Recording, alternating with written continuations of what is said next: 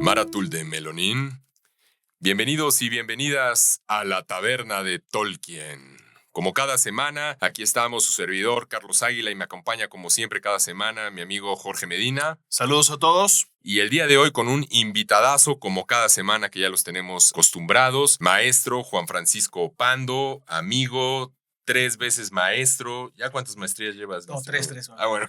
Ahora platicaremos más con nuestro invitadazo, un gran amigo también y que comparte, pues nada, este gusto por el legendarium del profesor Tolkien. Y pues nada, para ir arrancando como cada semana, no se les olvide seguirnos en nuestras plataformas de redes sociales, en Instagram como La Taberna de Tolkien, en X como @_Taberna de Tolkien y en TikTok como @La Taberna de Tolkien. Y como siempre, transmitimos desde la hermosísima Universidad UPAEP, desde Puebla, México. Y agradecidos, George, con todo el equipo de producción, con Alex y con Emanuel, como siempre, ahí en los controles. Y pues nada, nuestro equipo, nuestra productora y nuestro editor, Cory, Charlie Tort y el buen Jorge. Equipazo que nos acompaña como cada. Así es que pues hoy tenemos un gran episodio titulado Teorías y curiosidades de los fans, así es que no se lo pueden perder. Va a estar buenísimo y con todo esto en mente, arrancamos. El umbral de la comarca.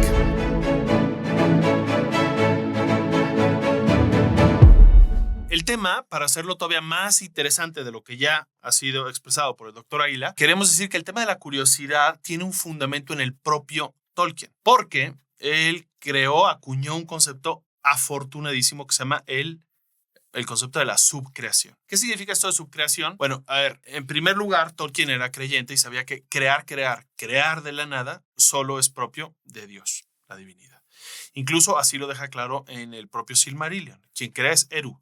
Los Valar, en todo caso, son subcreadores porque toman algo ya hecho para modificarlo, para plasmarlo, para completarlo, si usted cree. Pero no crean de la nada. El concepto de la subcreación está muy presente y yo aconsejo a los lectores 2 textos, ¿no? En la carta 131, a Milton Waldman, de 1951, la carta 131, y un ensayo que se llama Sobre los cuentos de hadas. En esos viene el tema de la subcreación, vienen otros textos. Y lo importante para él era eso. Es decir, siempre hay algo que después se termina de completar. Pero en nuestro caso, usaremos el tema de la subcreación para explicar que el lector mismo subcrea, es decir, termina de completar la creación de, en este caso, el autor. Por tanto, ningún autor es realmente creador, porque él toma, como hemos visto en otros episodios, de su época, de su cultura, de su lenguaje, de su bagaje, de otras literaturas, de otras mitologías y plasma eso en una forma de subcreación. De por sí el autor ya es subcreador, pero el lector también completa con su propia imaginación, con su interpretación hermenéutica, con sus categorías, incluso con su propia fantasía. Y por tanto el lector termina de completar, por así decir, la obra que está leyendo. Lo cual abre pie a un tema interesantísimo que podríamos llamar canónico y que hasta qué punto los propios lectores terminan de completar. Y si el propio Tolkien, que es permítanme, el que acuñó el concepto de subcreación y para él era muy querido, pues yo creo que es sintónico pensar que los lectores tendrían este rol importante de compleción de su propia obra. Y por tanto, el tema de que los propios lectores polemicen, completen, interpreten, era probablemente la discusión que el propio Tolkien hubiera deseado, ¿no?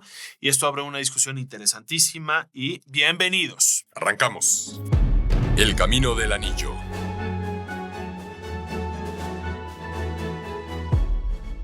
Pues yo estoy verdaderamente complacido con la profundidad, querido Jorge, que le has dado a la temática del episodio de hoy, porque es como que darle un contenido al lore, al fandom, a esta cultura que pocas personas a lo largo de la historia han podido lograr que la obra traspase tiempo, fronteras, etcétera, y que a tal grado que se empiecen a hacer pues diferentes teorías, diferentes curiosidades y pues cosas como las que vemos hoy en día, ¿no? Los famosos cosplay, las convenciones, Exacto. O sea, cómo las personas se adaptan, abrazan completamente la obra y pocos personajes a lo largo de la historia lo han podido hacer. Entonces, pues como siempre, muchas gracias. Pero el día de hoy hoy nos acompaña el maestro Juan Francisco Pando, repito, gran amigo de mucho tiempo, y también dentro de las muchas cosas que compartimos está el tema de el gusto por la narrativa del Legendarium de Tolkien. Así es que nos da mucho gusto tenerte por acá, mi estimado.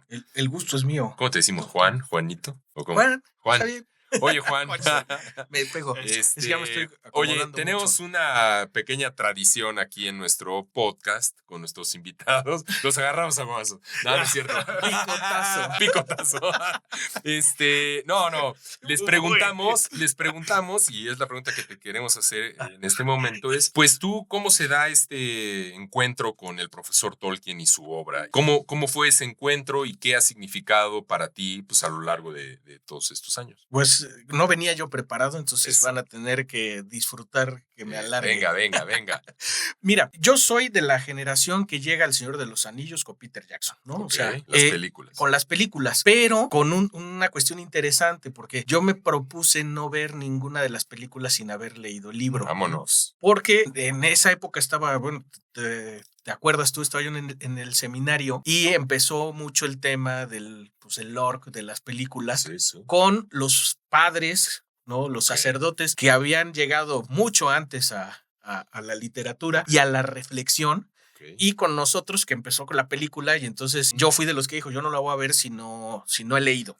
Y así me puse la tarea y pues tuve que leerlos cada año, ¿no? Porque ves que esas salieron una tras de otra cada año, ¿no? Entonces, y algo que había muy interesante era que en esa época uno de los sacerdotes que tenía relación con el seminario trabajaba en la causa de los santos. Y él nos platicaba en esa época, tú estás hablando del año 2000, ¿no? Que es 2002, por ahí, ¿no? Ajá. Que estaba abierto el proceso de canonización de Tolkien. Es correcto. Sí, que existe y que él había visto los papeles, ¿no? Sí. y que estaba en la parte de Siervo de Dios, que él había visto los papeles. Y él también nos decía, va a estar dificilísimo que lo canonicemos. Ajá. ¿Por qué? Pues porque escribió un chorro. Okay. Dice, y siguen apareciendo las cartas. Entonces dice que hay que analizar todos los textos, ¿no? Entonces, con esa idea de, oye, a ver, aquí hay un santo católico en un contexto principalmente protestante, que es Inglaterra, ¿qué nos quiere decir con su obra?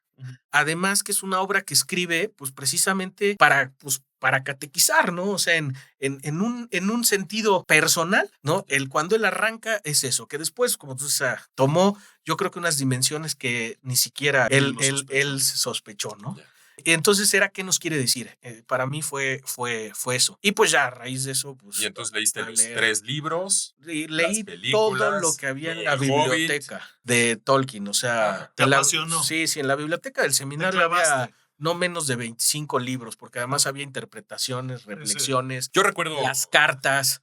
Yo recuerdo, Juan, que, bueno, ya después que nos conocimos desde que estabas por ahí. Recuerdo que tú leíste primero que yo el Silmarillion y siempre me decías, léelo, hasta que finalmente lo leí, y recuerdo pues nuestras pláticas, precisamente de un poco la temática de hoy, de teorías y teorizamos. Y una que siempre tenemos puntos de coincidencia y de divergencia es, ¿qué pasa con Tom Bombadil? ¿Quién es Tom Bombadil? ¿Quién es para ti Tom Bombadil y por qué?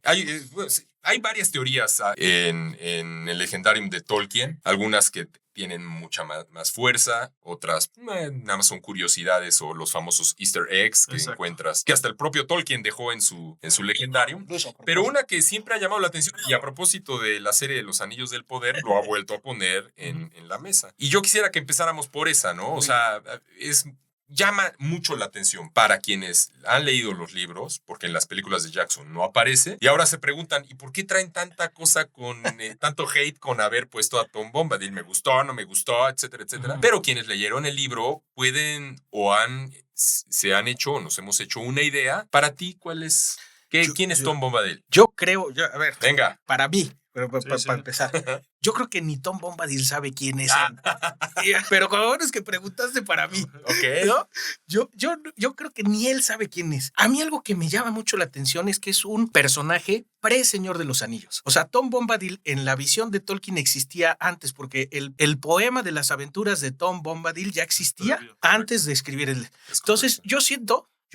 que Tolkien tenía su arsenal de personajes en su mente y entonces los iba metiendo, y a la hora de meter, o sea, este es un personaje que ya tengo, que ya quiero, que no sé en qué va a terminar, Y lo metió. pero ¡pum! ¿No? O sea, un poco como un easter egg. O sea, No, un poco de repente como- apareció ahí. Como que tengo algo que puedo utilizar Pero en tú el dirías momento que es en un que yo quiera. personaje independiente de la narrativa. O sea, no. No, Porque hay por lo menos, no sé, Jorge, tú qué opines. Yo he escuchado dos teorías de Tom Bombadil. Ajá. Una, dicen que es el propio Tolkien, ¿no? Es el propio Tolkien que se quiso ver reflejado en un personaje dentro de su. Porque además cuida la dentro de su naturaleza, narrativa. etcétera. Y hay otra teoría que dicen que el es mismísimo Eru Ilúvatar. Sí, sí. Aquí esa teoría sí es una falta de sinapsis. no sé.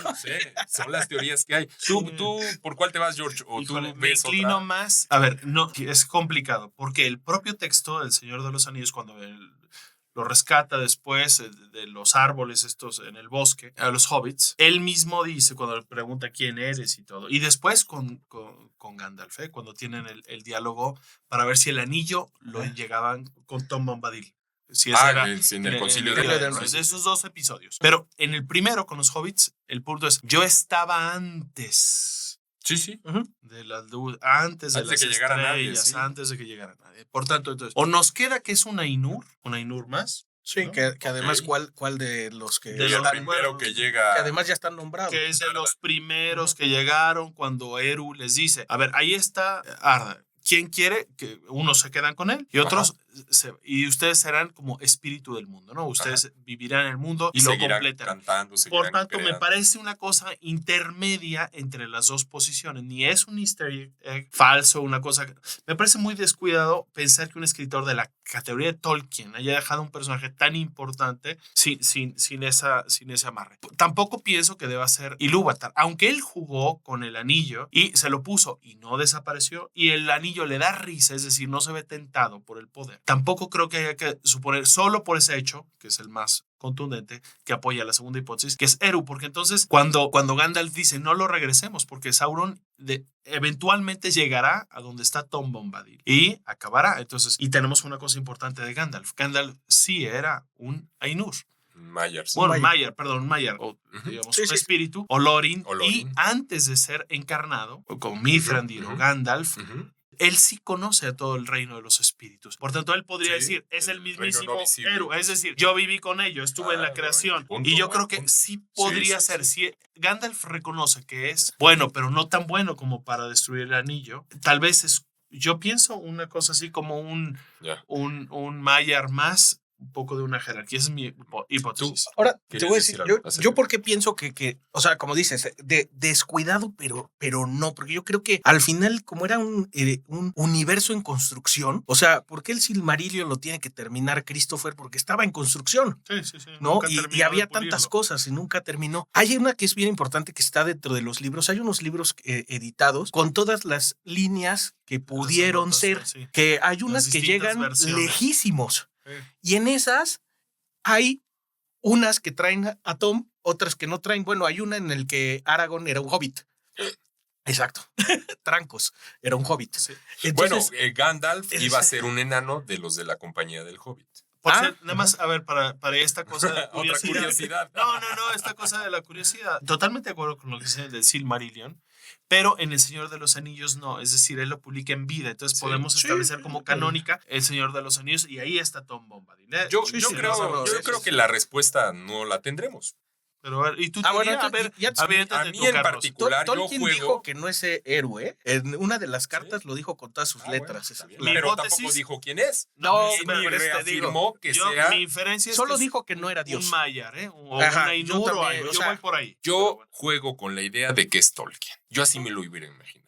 así Así, es el propio lector. yo creo que así hubiera querido ser él. Ok. Porque O sea, además refleja también la devoción por la esposa. poesías, Sí, el la gusto por. esposa. Claro, La Goldberry. naturaleza. No, Claro, hombre. es toda la devoción las que le tenía Edith. poesías, lo platicamos en el primer, me en el gusta. primer episodio hablábamos de la vida de Tolkien. Tolkien le gustaba los cosplay, lo que quiera que eso significaba a principios del siglo pasado. Pero así es Bombadil, es Sí. con sus botas, con su saco azul, Sí. con su sombrero pontiagudo, cantando. Cantando. Y tú te metes y te echas un clavado a sus poesías, a esta prosa específica de Ujú. Tom Bombadil. Yo juego y de verdad me encuentro con la idea de que es Tolkien ahí Venga. adentro viendo y Y teniendo sus líneas. pues sí. Ahora, como bien dices, Tom Bombadil es un cuento previo que le Ajeno contaba a que sus incorporó. hijos. Y los que tenemos hijos, o sea, a la hora que te pones a contarle un cuento a tus hijos, pues quizá empiezas a meter muchas cosas y por qué no Otros cuentos que les has contarle contado. a tus hijos de algo que tú eres o proyectándote algo que tú quieras ser. Me gusta. A mí me reencanta esa gusta tu línea de la teoría. A mí a mí el personaje me llama mucho la atención y me llama mucho la atención que no vuelva a salir. O sea, porque... Bueno, vuelve a salir en El regreso del rey. Sí, o sea, cuando ya regresan los hobbits y viene la gran guerra en la comarca, la reconstrucción y tal. Gandalf va aproximándose a la comarca y dice en los libros, pasa 2 años con Tom Bombadil, ya regresando antes de irse a las tierras no perecederas. Exacto. Sí, Pero tienes razón, no vuelve a aparecer. No juega un rol. Pero Tom Bombadil que le habla a los árboles para que suelten a los hobbits, que le habla a los tumularios para que no se metan... No deja de ser un gran personaje de Legendarium que quizá nunca sabremos en específico quién es, pero que nos gusta teorizar. Oye, ¿qué otra curiosidad traes para discutir? Bueno, curiosidades tengo curiosidad por tus curiosidades. Curiosidades tengo muchas. Curiosito. Que a lo mejor podríamos ahondar en el siguiente bloque, que ya se nos acabó este. Yo tengo mucho interés en abordar o ver qué opinan ustedes de una segunda gran teoría también que todo el fandom se mete y teoriza. Lo platicamos en uno de nuestros episodios y nada más para que la vayan pensando. Okay. A ver, el anillo. Hay varias cosas alrededor del anillo. Pregunta número 1. ¿El anillo tiene voluntad propia? ¿Tiene agencia? ¿Tolkien le asignó una potencia a un objeto de hacer cosas? 2. Respecto al anillo. ¿Quién destruye el anillo? ¿Cómo se destruye el anillo? ¿Quién lo destruye? Y número 3. ¿Es acaso el anillo el verdadero protagonista de toda la historia del Señor de los Anillos? Y con estas preguntas terminamos este bloque para irnos al que sigue. El consejo de Elrond. Nos quedamos picadísimos todos. A ver, a mí me devuelvo el micrófono a Carlos, a Juan. A ver, me parecen interesantes porque son temas picantes donde estamos metiendo el tema de la subcreación, el tema de completar el lector, el tema de estos enigmas que te atrapan como buen lector y que te dan un rol protagónico en la historia. Por tanto, me parece válida esta sugerencia e invitación que nos haces. Entonces, quisiera, Carlos, que, a ver, con todo respeto, empiézale tú tus propuestas. Bueno, el anillo, a ver, o sea, es que a mí me llama... ¿Tiene voluntad propia? Empecemos por ese. Empecemos. O sea, exactamente. Tolkien le asignó a un objeto inanimado una potencia, le asignó agencia, tiene voluntad para hacer cosas. Y les pongo un ejemplo. Frodo entra a la cantina del pony pisador. Y el anillo se le resbala. Y pasan dos cosas con el anillo, así lo describe. El anillo sale volando. Sí. O sea, una primera acción es que sale volando y otra que se agranda. Sí, se introduce. Así pasa, así lo describe Tolkien. Y eso hace que entre y es la primera vez que que Frodo se va a ir al mundo. No, y hay veces que dice que el anillo se salió del dedo. Así es. Por ejemplo, de otro. Entonces, parece ser que tiene voluntad propia. Yo creo que no. Juan, yo creo que no. Yo creo que sí.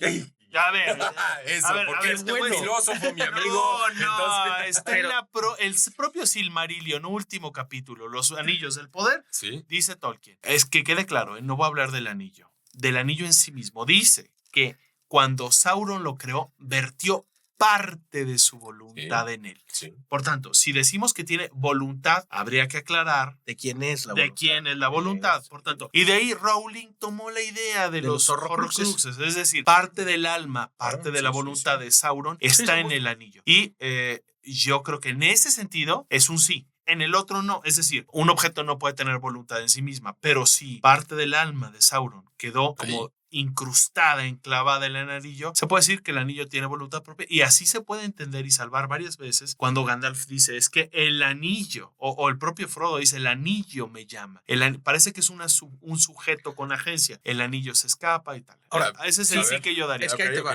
Sí, y no es diferente la idea, pero si entendemos que o sea, Tolkien ni es metáfora ni es alegoría, sino es todo lo contrario. No, el mismo dice explícitamente que no va a ser alegórico. Perfecto, ¿no? Pero sí, aunque su única intención nunca fue catequizar, sí tenía una intención de plasmar pues esta mitopoeia y esta pues posmovisión cristiana. Claro. Y entonces sí hay que entender que cuando plasma el anillo, está plasmando una idea muy clara de la tentación. Sí.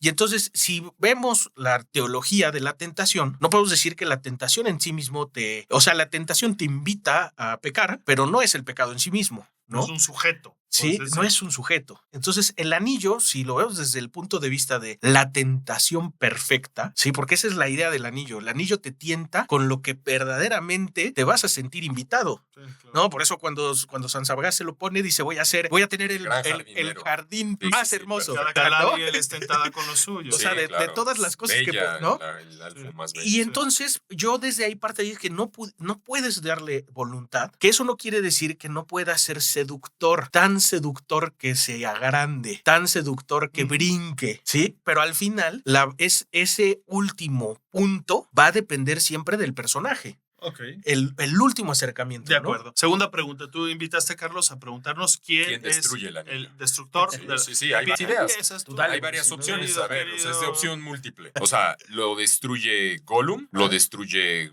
Frodo, o se destruye el anillo. Si damos por bueno que tiene o no voluntad o agencia para hacerlo, parte de la voluntad. O él se harta de vivir y se suicida. Eru con una providencia, ¿no? Una suerte de providencia. Sí, exactamente. O la casualidad. El azar. El azar. Bueno, Pues, creo, a ver, Carlos. ¿Mande? Estamos en la opción múltiple. A ver, yo siempre he dicho, descartando el tema de que el anillo tenga agencia, y no porque no coincida con el argumento que tú dijiste, Jorge, porque fue impecable y lo comparto, pero me cuesta mucho trabajo elaborar sobre eso. Por ejemplo, si damos por bueno que el anillo tiene voluntad y desde su creación, entonces, ¿por qué no se fue rodando a Barad-dûr, a donde estaba Sauron, desde que muere Isildur hasta que lo encuentra volando? O sea, es demasiado. Entonces, el anillo no se destruyó solito. Yo siempre voy a decir que es la influencia de Eru. O sea, es la providencia. Yo voy por eso. ¿Tú? También. Porque ay, qué aburrido. Necesitamos debate. A ver, di que no y elabora. Ahí te va. Bueno, a ver, o sea, una muy arriesgada es Gollum. Gollum, o sea, en realidad es Gollum. Materialmente siempre es Gollum. Es decir, él es el autor material. Pero puedes dejar así y decir que es el azar. Pero sí, no, yo creo que el plan trazado, la gran eucatástrofe. Es decir, no podemos decir que pueda ser que el sujeto final es Frodo porque no hay los elementos para decir. Al final, él cede a la tentación, reclama el anillo y no como lo propio. Quiere, y dice, no lo voy a destruir. Es correcto. Tampoco creo que sea la voluntad propia de Gollum quien diga lo voy a destruir. Sí, no, porque siempre lo quiso para sí, era el tesoro. Si no es mío, no es de nadie. No fue eso. No fue eso. Y tampoco, como dices tú, la propia voluntad, la presunta voluntad incrustada de Sauron no tendría sentido que se autodestruyera. Por tanto, solo queda que dentro de los acordes iniciales de la música de Ilúvatar haya estado un acorde que decía el propio Ilúvatar, hay acordes que ni siquiera ustedes comprenden. Exactamente.